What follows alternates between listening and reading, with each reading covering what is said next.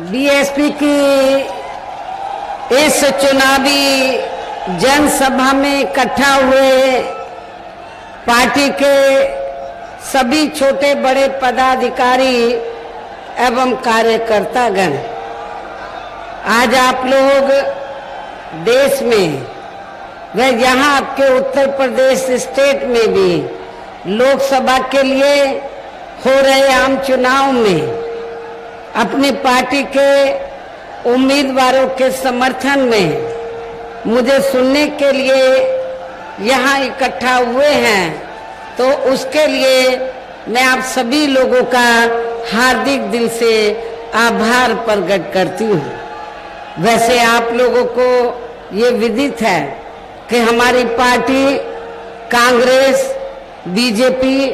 व अन्य किसी भी विरोधी पार्टी तथा गठबंधन आदि के साथ मिलकर नहीं, बल्कि अकेले ही अपनी पार्टी के बलबूते पर ही पूरी तैयारी व दमदारी के साथ ये चुनाव लड़ रही है। इसके साथ ही हमने टिकट बंटवारे के मामले में भी सर्व समाज के लोगों को उचित भागीदारी दी है, जिनको कामयाब बनाने के लिए अपनी पार्टी के लोग पूरे जी जान से लगे हुए हैं। हालांकि आज यहाँ आपकी इकट्ठा हुई अपार भीड़ व भीड़ के जबरदस्त जोश को भी देखकर अब मुझे ये काफी हद तक पूरा भरोसा हो गया है कि पिछली बार की तरह इस बार भी आप लोग अपने प्रदेश से यहाँ लोकसभा चुनाव में अपनी पार्टी का बेहतर रिजल्ट जरूर लाएंगे। इसके लिए अब मैं आप लोगों का ध्यान कुछ जरूरी बातों की तरफ दिलाना चाहती हूँ, और इस संबंध में विशेषकर मैं कांग्रेस, बीजेपी व इनके अन्य सभी सहयोगी दलों के बारे में ये कहना चाहूंगी कि आजादी के बाद शुरू में केंद्र व देश के काफी राज्यों में भी ज्यादातर सत्ता यहाँ कांग्रेस पार्टी के ही हाथों में केंद्रित रही है, किंतु इनकी अधिकांश मामलों में रही गलत नीतियों एवं गलत कार्य प्रणाली आदि की वजह से ही फिर इस पार्टी को केंद्र व काफी राज्यों की भी सत्ता से बाहर होना पड़ा है, तथा यही स्थिति इनकी सहयोगी पार्टियों की भी बनी रही है, जिसके कारण ही फिर पिछले कुछ वर्षों से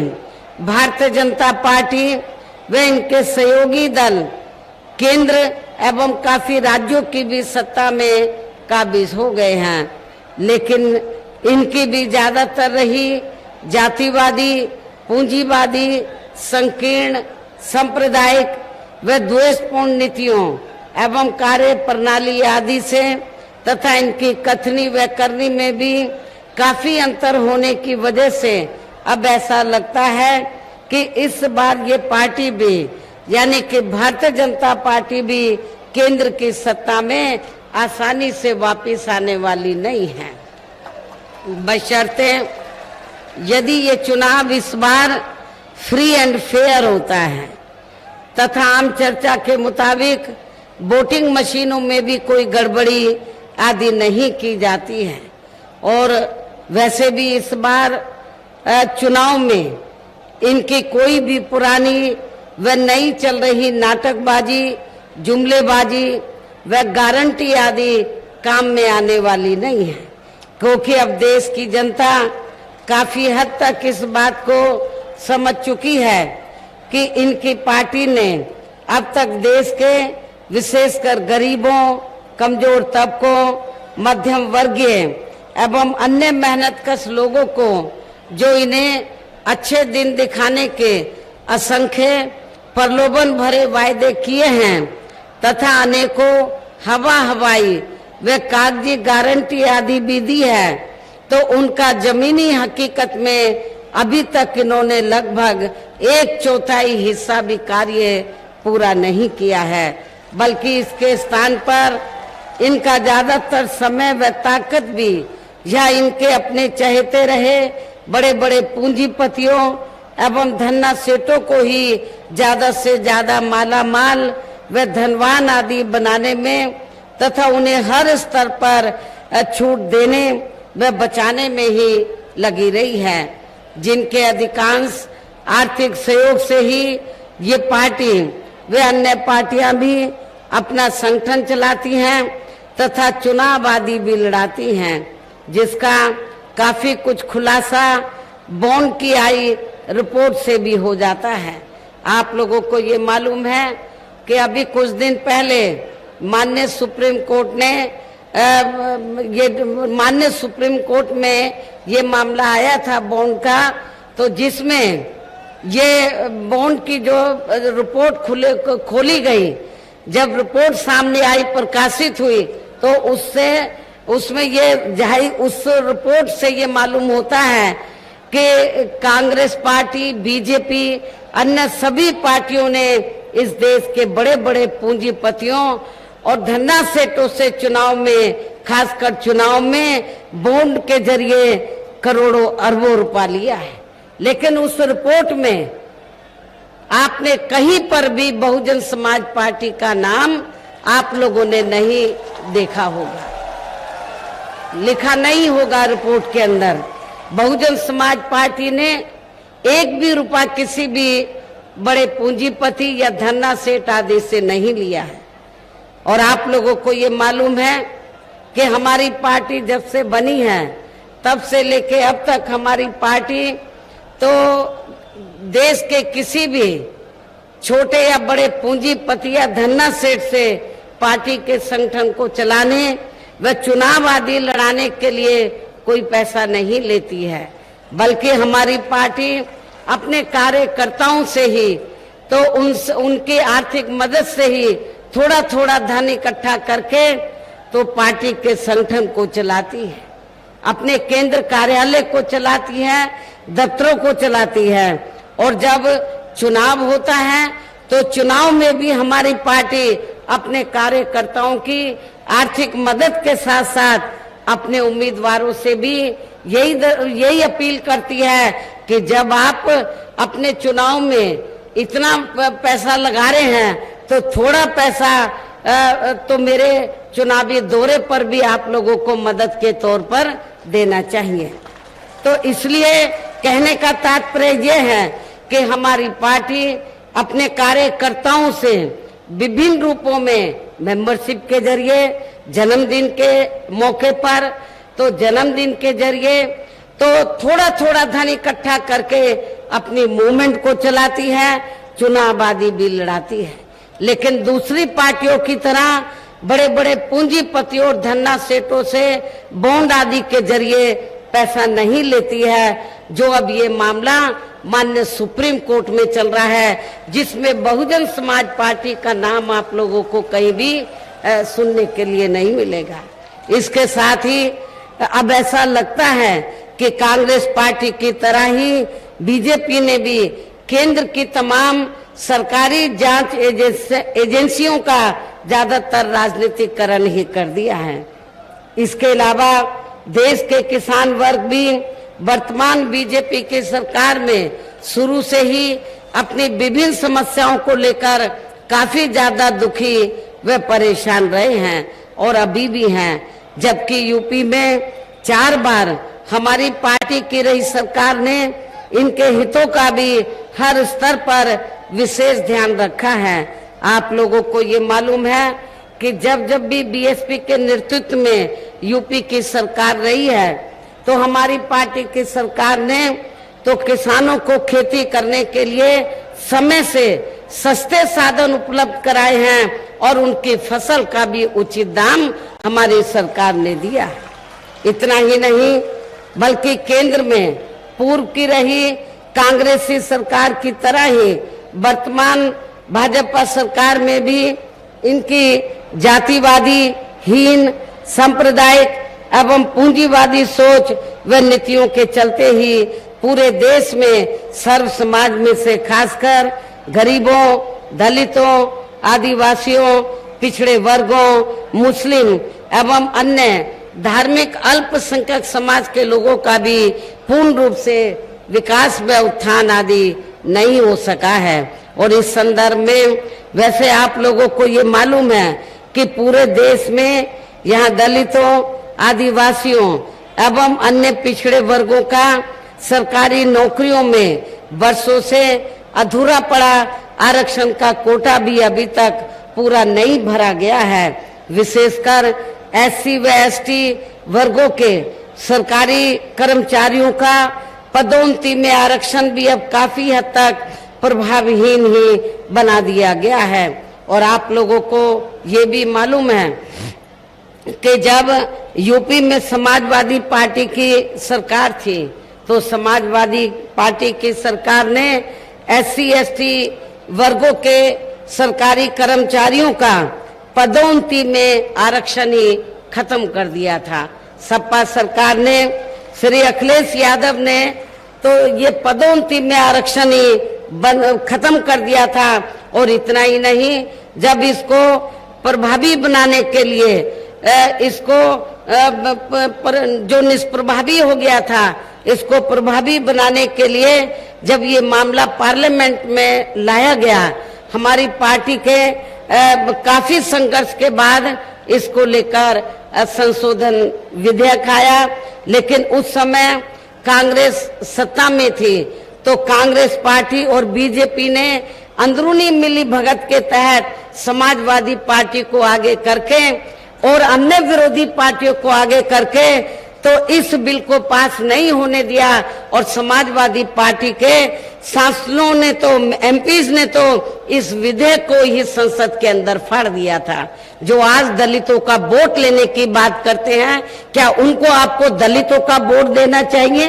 परम पूज्य बाबा साहब डॉक्टर भीमराव अंबेडकर ने जो आपको भारतीय संविधान में आरक्षण दिया, उसका लाभ भी ना तो कांग्रेस की हुकूमत में आपको सही से मिला है और सपा की सरकार में तो सवाल ही पैदा नहीं होता है। साथ ही केंद्र व राज्यों में भी विरोधी पार्टियों की रही सरकारों में इन सभी वर्गों को प्राइवेट सेक्टर में आरक्षण दिए जाने की व्यवस्था किए बिना ही इनकी सरकारों के ज्यादातर सरकारी कार्य अब प्राइवेट सेक्टर के जरिए ही इनके बड़े बड़े पूंजीपतियों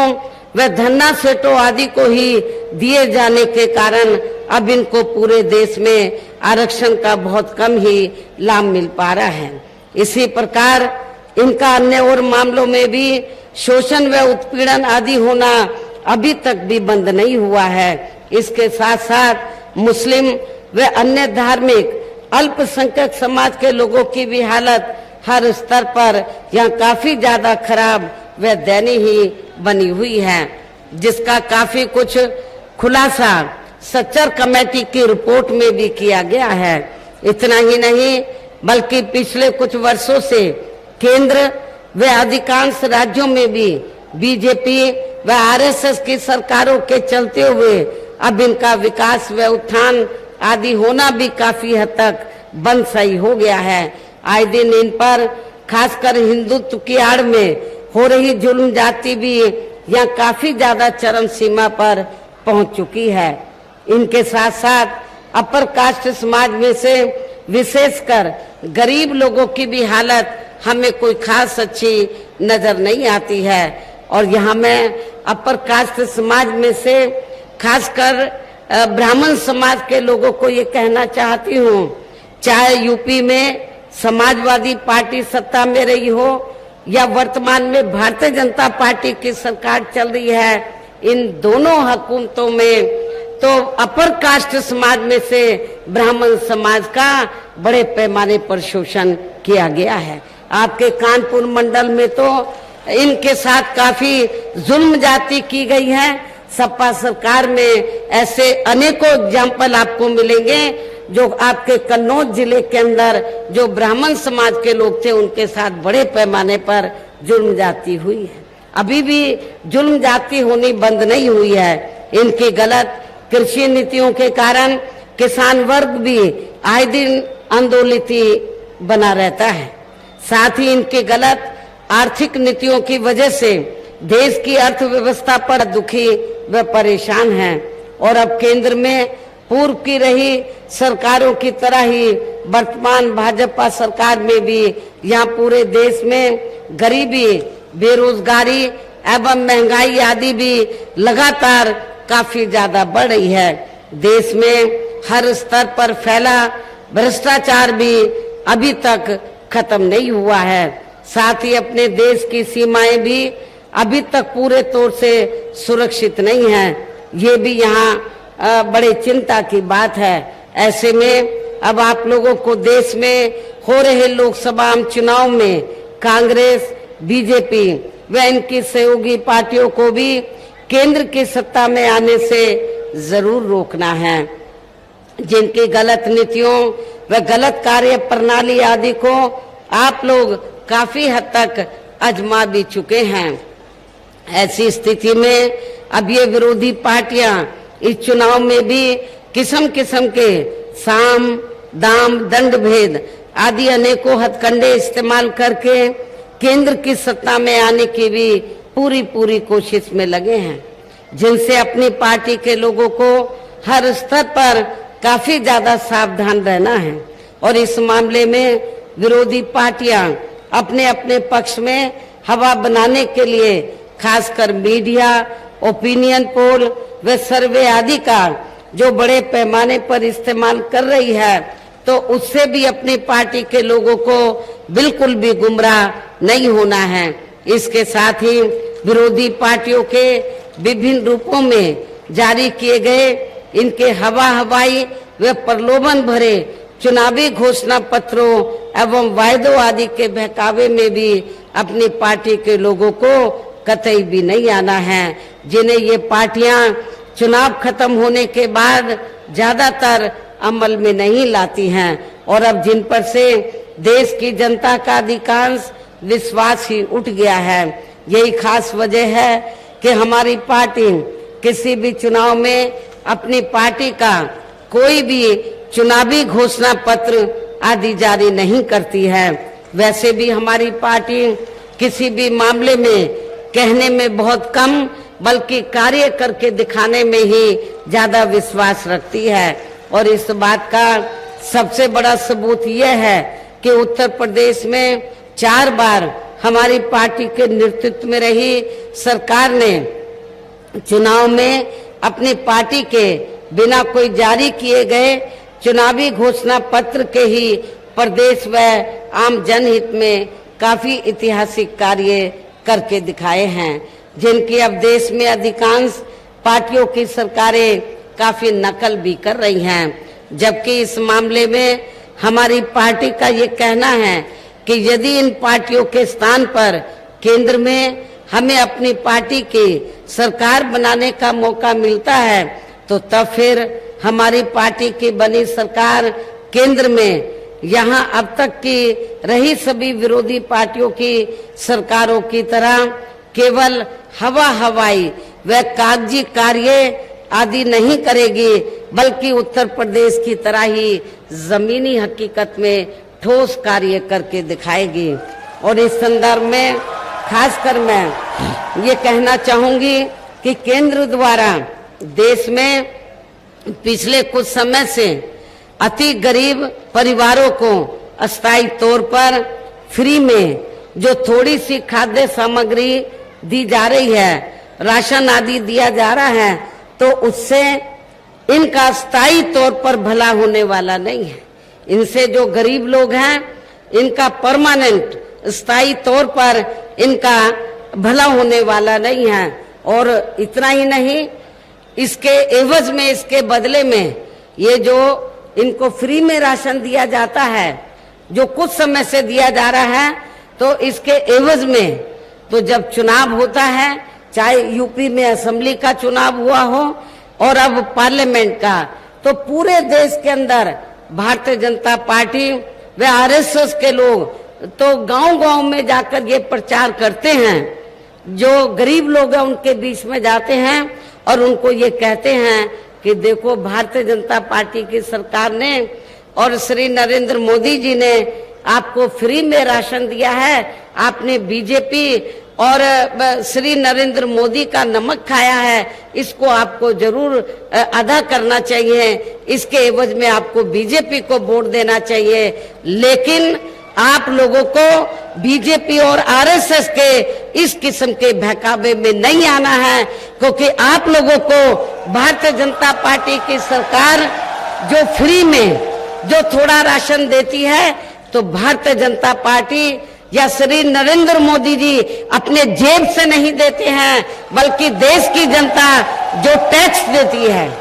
देश की जनता जो टैक्स देती है, और टैक्स से जो पैसा सरकार के पास जाता है, उस टैक्स के पैसे के जरिए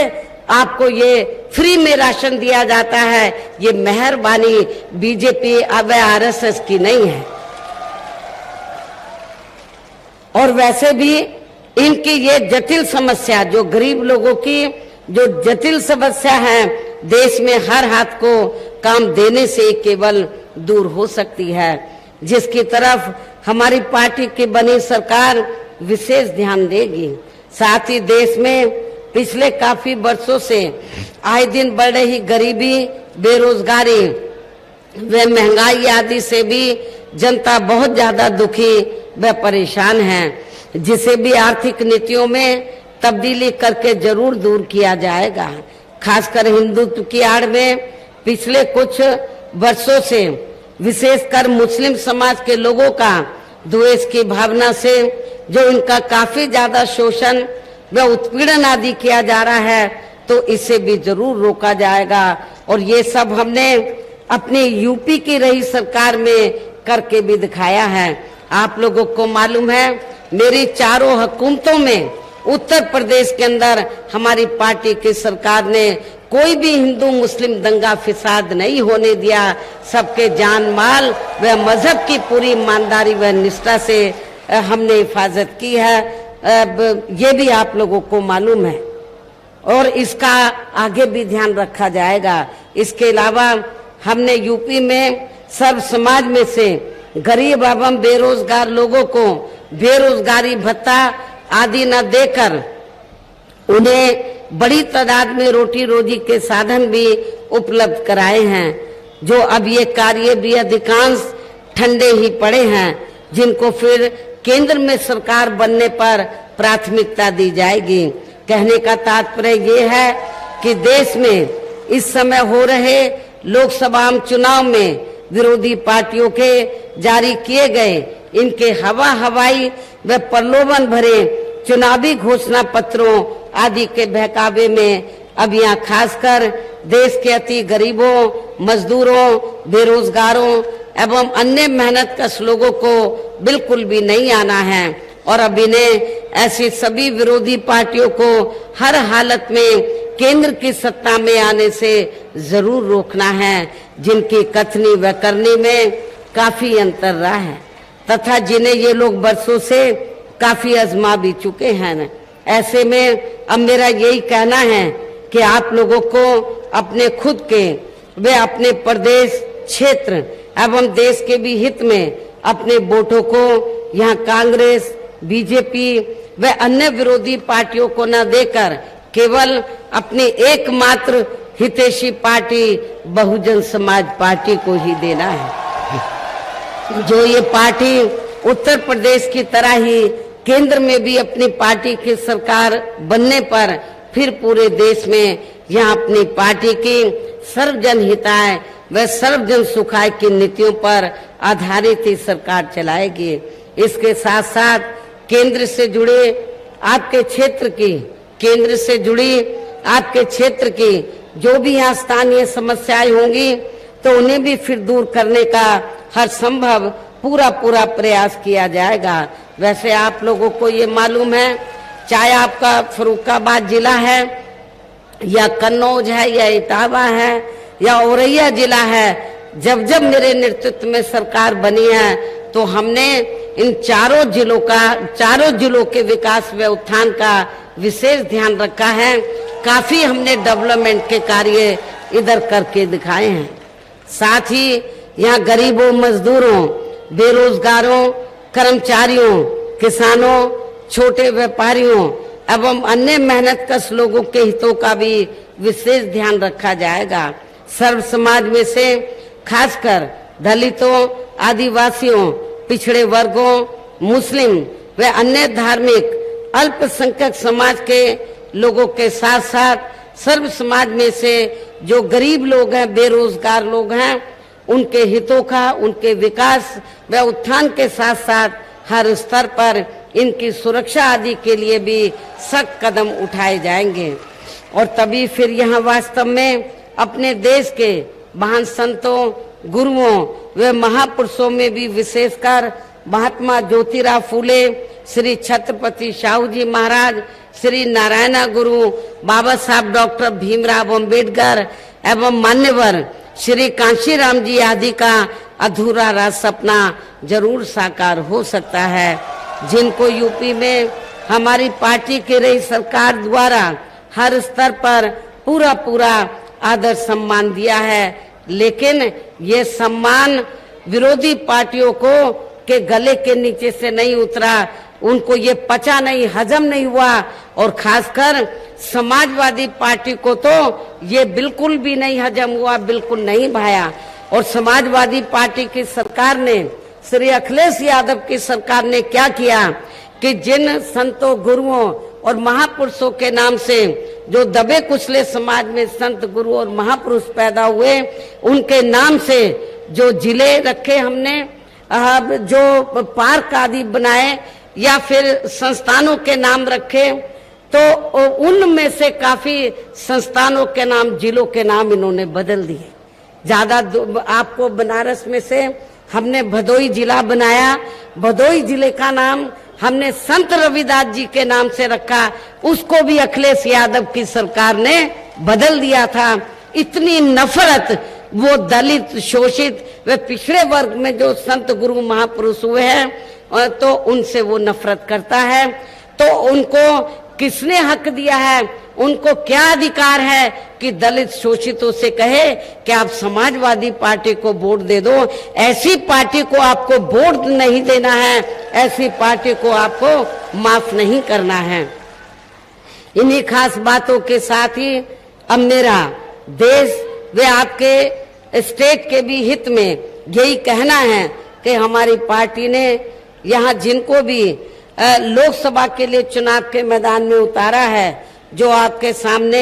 मंच पर भी मौजूद हैं, तो उनको आप लोगों को जरूर कामयाब बनाना है, जिसके लिए यहाँ पार्टी के सभी स्तर के छोटे बड़े पदाधिकारी एवं कार्यकर्तागण आदि पूरे जी जान से लगे हैं। और अब अंत में मेरा यही कहना है कि आप लोगों को वोट पड़ने वाले दिन यहाँ बीएसपी के अपने लोकसभा उम्मीदवारों को आपके इस क्षेत्र में हमने कन्नौज लोकसभा की सीट से श्री इमरान बिन जफर को हमने चुनाव के मैदान में उतारा है। आप लोगों को मालूम है कि जब हमने इनको चुनाव के मैदान में उतारा, इनका टिकट फाइनल किया और समाजवादी पार्टी को इसकी जानकारी मिली, तो सपा का मुखिया क्या कहता है कि ये तो बीजेपी के इशारे पर मुस्लिम समाज को टिकट दिया गया है। आपके कन्नौज लोकसभा की सीट में मुस्लिम आबादी काफी ज्यादा है, सपा तो मुसलमान को कभी टिकट देती नहीं है, उनको तो अपने परिवार से ही फुर्सत नहीं मिलती टिकट देने में, बंटवारा करने में। सो समाजवादी पार्टी के परिवार से यादव लोग खड़े होते हैं, जब इनकी आबादी बहुत ज्यादा है यहाँ पर, और यदि जब हम मुस्लिम को टिकट देते हैं, उनका हक देते हैं, वो भी इनके गले के नीचे से नहीं उतरता है। मुस्लिम समाज के लोगों को इस बात को ध्यान में रखकर अपना एक भी वोट सपा को नहीं देना है, बल्कि बहुजन समाज पार्टी के उम्मीदवार श्री इमरान बिन जफर को देना है। और इनके साथ साथ दलित वर्ग के लोग, अति पिछड़े वर्ग के लोगों का वोट तो इनको मिलेगा ही, मुस्लिम समाज का वोट यदि बटे नहीं पूरा इनको मिल जाए, तो फिर आप क्या होगा, इधर रिजल्ट कुछ और ही होगा। इटावा लोकसभा की सीट है रिजर्व, बिल्कुल लगी हुई है आपके कन्नौज से, तो यहाँ से हमने महिला को श्रीमती सारिका सिंह बघेल को हमने चुनाव के मैदान में उतारा है। अच्छी बात यह है कि इनको दलित वर्ग के लोग तो जी जान से जिताने में लगे हैं, खासकर जाटव समाज के लोग, और दलितों में जो विभिन्न जातियां हैं वो तो जिताने में लगी हैं, लेकिन इस क्षेत्र में बघेल समाज भी पूरे जी जान से इनको अपना वोट दे रहा है, इनको जिताने में लगा हुआ है। तो इनको भी आपको कामयाब बनाना है। फर्रुखाबाद लोकसभा की सीट से हमने श्री कांति पांडे को चुनाव के मैदान में उतारा है। आप लोगों को ये मालूम है कि ये बरसों से कांग्रेस की सेवा करते रहे, कांग्रेस इनकी सेवा तो लेती रही, लेकिन कभी इनको ना पार्लियामेंट में टिकट दिया, ना असेंबली में टिकट दिया। कांग्रेस के इस रवैये को देखकर, उनकी कथनी और करनी में अंतर को देखकर फिर इन्होंने ये फैसला लिया कि हमें कांग्रेस के चक्कर में ना पड़कर बीएसपी में जाना चाहिए, जहां हमें अपना पूरा अधिकार मिलेगा। इन्होंने बीएसपी ज्वाइन की। ज्वाइन करते ही फर्रुखाबाद में, क्योंकि ब्राह्मण समाज की तादाद काफी ज्यादा है, जैसे इन्होंने अपनी ख्वाहिश रखी कि मुझे कांग्रेस ने मेरी सेवाएं ली, लेकिन कभी मुझे चुनाव लड़ने का मौका नहीं दिया। यदि बीएसपी मुझे मौका दे दें तो हम बड़े आभारी होंगे, ब्राह्मण समाज बड़ा आभारी होगा। हमने इनको मौका दिया है, क्रांति पांडे जी को, और ये पूरे जी जान से फर्रुखाबाद लोकसभा की सीट पे पूरे जी जान से उस सीट को जीतने में लगे हैं। इस प्रकार से हमारी पार्टी ने इन तीनों प्रत्याशियों को काबिल हैं, मिशनरी हैं, संघर्षशील हैं और गरीब और मजलूमों की मदद करने वाले हैं। ऐसे तीनों प्रत्याशियों को आप लोगों को अपनी पार्टी का जो चुनाव चिन्ह हाथी है, हाथी चुनाव चिन्ह के सामने वाले बटन को दबाकर इनको भारी वोटों के अंतर से जरूर जिताना है। इनको पार्लियामेंट के अंदर जिताकर जरूर भेजना है। इस खास अपील के साथ ही अब मैं अपनी बात यही समाप्त करती हूँ। जय भीम, जय भारत।